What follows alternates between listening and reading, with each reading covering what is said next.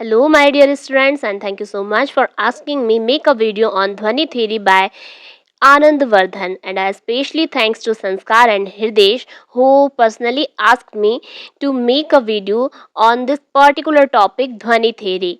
And also they said make this video in easy language so they could understand. So I have tried my best, and let's see what is Dhwani theory according to Anand Vardhan and what is the motive behind it. So let's see its concept and understand Dhwani theory. So Anand Vardhan's Dhwani theory is one of the most important concepts in Indian poetics literary theory. कहने का मतलब कि Indian poetics में literary theory में specially जो है ध्वनि theory का एक महत्वपूर्ण स्थान या इसका जो कॉन्सेप्ट है सबसे इम्पॉर्टेंट कॉन्सेप्ट है। कहने का मतलब कि अगर आप लोग पोइट्री पढ़ने की शौकीन है और अगर आप लोगों को उसका जो डीप मीनिंग होता है समझ में आता है तो वो क्यों आता है, हम इस थ्योरी के थ्रू अभी समझने वाले हैं। मतलब आनंद वर्धन जी ने इसी का जो है रिसर्च किया है और इस ध्वनि थ्योरी के थ्रू हमें बताया है कि why do we enjoy a poem or why do we understand deep meaning of the poem. So it was proposed by the Kashmiri scholar Anand Vardhan. कहने का मतलब जो आनंद वर्धन जी हैं, he was the Kashmiri scholar 9th century CE in his famous work ध्वन्य लोक। मतलब इन्होंने जो है इस वर्क को कब प्रपोज किया था, 9th सेंचुरी में। और कहाँ पर, इनके एक वर्क में, बहुत ही फेमस वर्क है जिसका नाम है ध्वन्य लोक। तो let's see the meaning of ध्वनि। सो व्हाट इज ध्वनि? Actually, dhwani, the word dhwani literally means suggestion or resonance, which means प्रतिध्वनि। अब प्रतिध्वनि डजंट मीन कि जो एक फिजिकल साउंड होता है, जो हम लोग अगर किसी सामान के गिरने उठने या किसी के सॉन्ग से जो सुनते हैं वो साउंड, तो it doesn't mean that sound.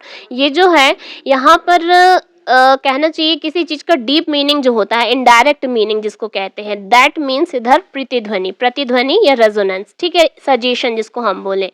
In literature it refers to the suggested meaning that goes beyond the literal denoted and implied indicated meaning of words। मतलब literal meaning और जो implied meaning होती है इससे भी ऊपर उन्होंने suggested meaning को यहाँ पर क्या दिया है, बहुत बड़ा बताया है कि मतलब जो भी आनंद अगर आपको पोइट्री का आता है तो वो suggested meaning में ज़्यादा आता है, मतलब उससे ज़्यादा मिलता है। So according to Anand Vardhan, the real beauty of poetry lies not in direct meaning but in what is suggested indirectly। कहने का मतलब जो indirectly हम meaning समझते हैं words के थ्रू, मतलब जो deep meaning होती है वो ज़्यादा ब्यूटी मतलब कहना चाहिए एग्जिस्ट करती है पोइट्री में। सो दैट मीन्स कि जो पोइट्री है ना उसका मज़ा डायरेक्ट ना समझने में बल्कि इनडायरेक्टली समझने में ज़्यादा है उनके अकॉर्डिंग। तो ध्वनि का मीनिंग यहाँ पर सजेस्टेड मीनिंग है। Then we come to its concept. तो जो the concept of dhvani theory by Anand Vardhan is simple but powerful. मतलब जो ध्वनि थ्योरी का जो मतलब कहना चाहिए कॉन्सेप्ट है, ये सिंपल तो है ही बल्कि कैसा पावरफुल भी है। पावरफुल कैसे कि poetry is not defined by it's literal meaning. उनके अकॉर्डिंग जो है जो पोइट्री है उसको इसकी लिटरल मीनिंग से डिफाइन नहीं किया जा सकता या की जाती है, but by the deeper meaning it suggest. बल्कि जो इसका डीपर मीनिंग होता है, जो ये सजेस्ट करता है, उससे ज़्यादा क्या होता है डिफाइन किया जा सकता है किसी पोइट्री को। मतलब उसको इंजॉय किया जा सकता है, उसका एसेंस लिया जा सकता है या उसे समझने में मज़ा ज़्यादा आता है, हम ये भी बोल सकते हैं। तो जो इसका कोर आइडिया है दैट मीन्स सजेशन। मतलब ध्वनि मीन्स यहाँ पर क्या है, सजेशन। सजेशन मतलब इनडायरेक्ट मीनिंग आपको अगर बोलूँ तो। So the idea that words in poetry hint eight something beyond what they directly से। मतलब जो आइडिया मतलब वर्ड्स में जो होता है, मतलब कहना चाहिए पोइट्री में जो हिंट्स मिलते हैं कि मतलब कोई भी चीज़ का जो मीनिंग आपको समझ में आता है हिंट्स के थ्रू, वो कैसा है, वो डायरेक्ट मीनिंग से ज़्यादा मतलब क्या रखता है, मायने रखता है और ज़्यादा मज़ा देता है पढ़ने में। So the literal meaning is only the surface. यहाँ पर जो लिटरल मीनिंग है वो क्या है, सिर्फ एक सरफेस है, और जो असली मज़ा है वो कहाँ पर है, इनडायरेक्ट मीनिंग में। मतलब कि जो इनडायरेक्ट या फिर आप बोलो जो सजेस्टेड मीनिंग है उसमें ज़्यादा मज़ा आता है किसी पोएम को समझने में। तो द सजेस्टेड मीनिंग ध्वनि carries the real poetic beauty. मतलब जो सजेस्टेड मीनिंग होती है ना, जिसको यहाँ पर ध्वनि बोला है हमारे आनंदवर्धन जी ने, वो ज्यादा पोएटिक ब्यूटी रखती है, या कहना चाहिए रियल पोएटिक ब्यूटी रखती है एक पोयम में। So this suggested meaning creates emotions rasas in the reader. मतलब कि जो रीडर्स होते हैं उनके माइंड में जो इमोशंस जागते हैं वो किसकी वजह से, वो सजेस्टेड मीनिंग की वजह से जागते हैं, क्योंकि जो डीपर मीनिंग होती है ना उससे लोगों को ज्यादा मतलब कहना चाहिए मजा आता है या आनंद मिलता है, या जो भी कह लो पढ़ने में उनको जो भी मतलब मिलता है इसके थ्रू, पोएट्री के मतलब सजेस्टेड मीनिंग के, तो वो किसकी वजह से, सजेस्टेड मीनिंग के कारण ही मिलता है। तो मतलब जो इमोशंस अगर किसी के माइंड में, रीडर्स के माइंड में अगर जागते हैं तो just because of suggested meaning, यानी कि जस्ट बिकॉज ऑफ ध्वनि।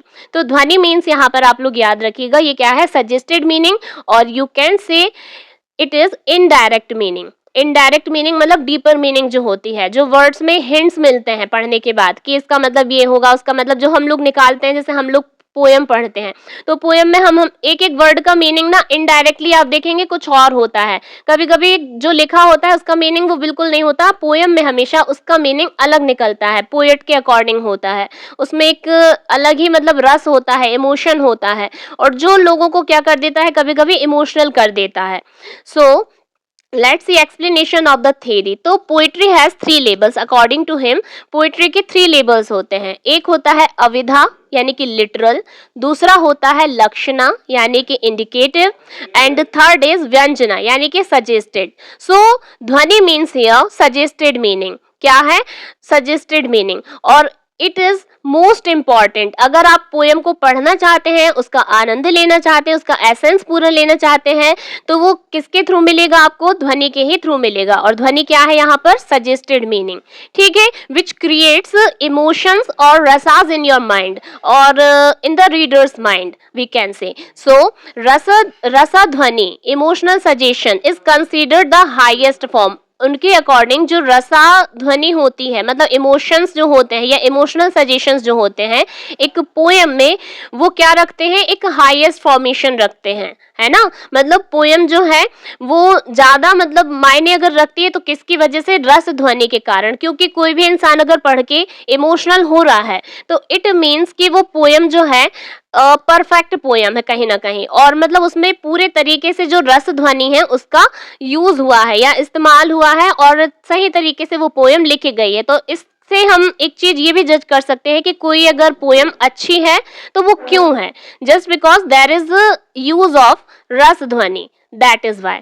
सो now we see its merits and strengths. So merits और स्ट्रेंथ्स जो है ना, वो कहना चाहिए ये चीजें हैं जो मतलब इसको कैसा अच्छा बनाती हैं। मतलब अगर आपको कोई पोयम अगर अच्छी लग रही है ना, तो वो क्यों लग रही है, इन चीजों की वजह से, क्योंकि उसमें क्या किया जाता है, फोकस ऑन इमोशन, मतलब इमोशंस पर फोकस किया जाता है। गिव्स इंपॉर्टेंस टू रसा यानी कि फीलिंग्स पर क्या दिया जाता है, इंपॉर्टेंस दिया जाता है। मेकिंग पोएट्री मोर इम्पैक्टफुल, जो कि क्या करती है, पोयम को और ज्यादा इम्पैक्टफुल बनाती है। अच्छा, और दूसरी चीज डेप्थ इन द लिटरेचर, मतलब लिटरेचर में क्या रहता है, डेप्थ होती है, डीपनेस होती है, विच explains how poetry conveys deeper meanings beyond words, जो कि क्या एक्सप्लेन करती है, पोएट्री जो मतलब डीपर मीनिंग जो हमें कन्वे करती है ना वर्ड्स के ऊपर, तो वो हमें इसी के कारण मतलब उसमें समझ में आता है, ये उसकी मतलब कहना चाहिए स्ट्रेंथ होती है। फिर रीडर ओरिएंटेड, और जो मतलब इसकी एक स्ट्रेंथ ये भी है कि वो रीडर ओरिएंटेड होती है, कहने का मतलब कि उसमें जो भी मतलब चीजें डाली जाती हैं, जो भी रसास वगैरह, वो क्या करते हैं, highlights the readers experience and interpretation. And universal appeal, मतलब कि यूनिवर्सल अपील मतलब क्या, जो applies to all great poetry, मतलब जिसमें बहुत सारे पोएट्रीज का क्या मिलता है, आपको रस मिलता है, नॉट जस्ट संस्कृत लिटरेचर, कि उसमें सिर्फ संस्कृत लिटरेचर नहीं होता बल्कि सारी टाइप की पोएट्रीज का रस मिलता है। Now we see limitation and criticism, कि इसके आप कह सकते हो डीमेरिट्स भी हम बोल सकते हैं बट नॉट डीमेरिट्स, कि ओवर एम्फेसाइजेस ऑन सजेशन, कि इसमें क्या होता है, ओवर मतलब कहना चाहिए ओवर एम्फेसाइजेस मतलब बढ़ा चढ़ाकर जो भी बोलो, तो may ignore the role of literal meaning and structure. तो इसमें क्या होता है, अगर इसकी डीमेरिट्स देखें तो उसमें क्या चीजें इग्नोर की जाती है, रोल ऑफ लिटरल मीनिंग यानी कि डायरेक्ट मीनिंग एंड जो स्ट्रक्चर होता है पोएम का वो। दूसरा subjectivity, subjectivity means suggested meaning can vary from reader to reader, मतलब ये कैसी हो सकती है, जो सजेस्टेड मीनिंग है वो रीडर टू रीडर बहुत अलग हो सकती है। अलग मतलब कहना चाहिए कि मतलब जो मतलब डायरेक्ट मीनिंग से हमें कुछ चीजें समझ जाती हैं तो वो हर किसी के बस की बात नहीं होती है। अगर आप अच्छे मतलब कहना चाहिए रीडर हैं तो वो आपको सजेस्टेड मीनिंग वाली पोएम्स भी आपको जल्दी समझ आ जाएंगे, और अगर आप नहीं है तो आपको वो नहीं आएगी, क्योंकि वो क्या है, वहां पर सब्जेक्टिविटी लेकर लिखी गई है। ठीक है। अच्छा, नेग्लेक्ट ऑफ फॉर्म मतलब less attention to poetic devices, alankar and style, इसमें क्या होता है कि इन चीजों पर कम ध्यान दिया जाता है। और दूसरा some critics argue not all poetry depends on dhvani, तो कुछ जो मतलब कहना चाहिए पोएट्स हैं या क्रिटिक्स जो हैं वो क्या इस चीज पर आर्ग्यू नहीं करते हैं कि पोएट्री डिपेंड्स ऑन ध्वनि, तो दैट इट इज।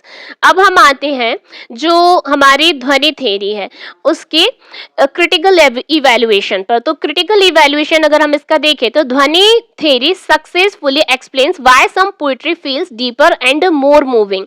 कहने का मतलब कि जो ध्वनि थ्योरी है वो इस चीज में सक्सेसफुल रही है समझाने में कि जो पोएट्रीज हैं, कुछ पोएट्रीज वो क्यों डीप मतलब कहना चाहिए फीलिंग्स रखती हैं, या फिर क्यों उनमें ज्यादा इमोशंस होते हैं, मोर मूविंग मतलब कि लोगों के माइंड में जो घर करती है वो। Later scholars like Abhinav Gupta supported and expanded it, और फिर बाद में मतलब जो एक स्कॉलर है अभिनव गुप्ता, इन्होंने क्या किया, इस चीज को एक्सपेंड किया और सपोर्ट किया।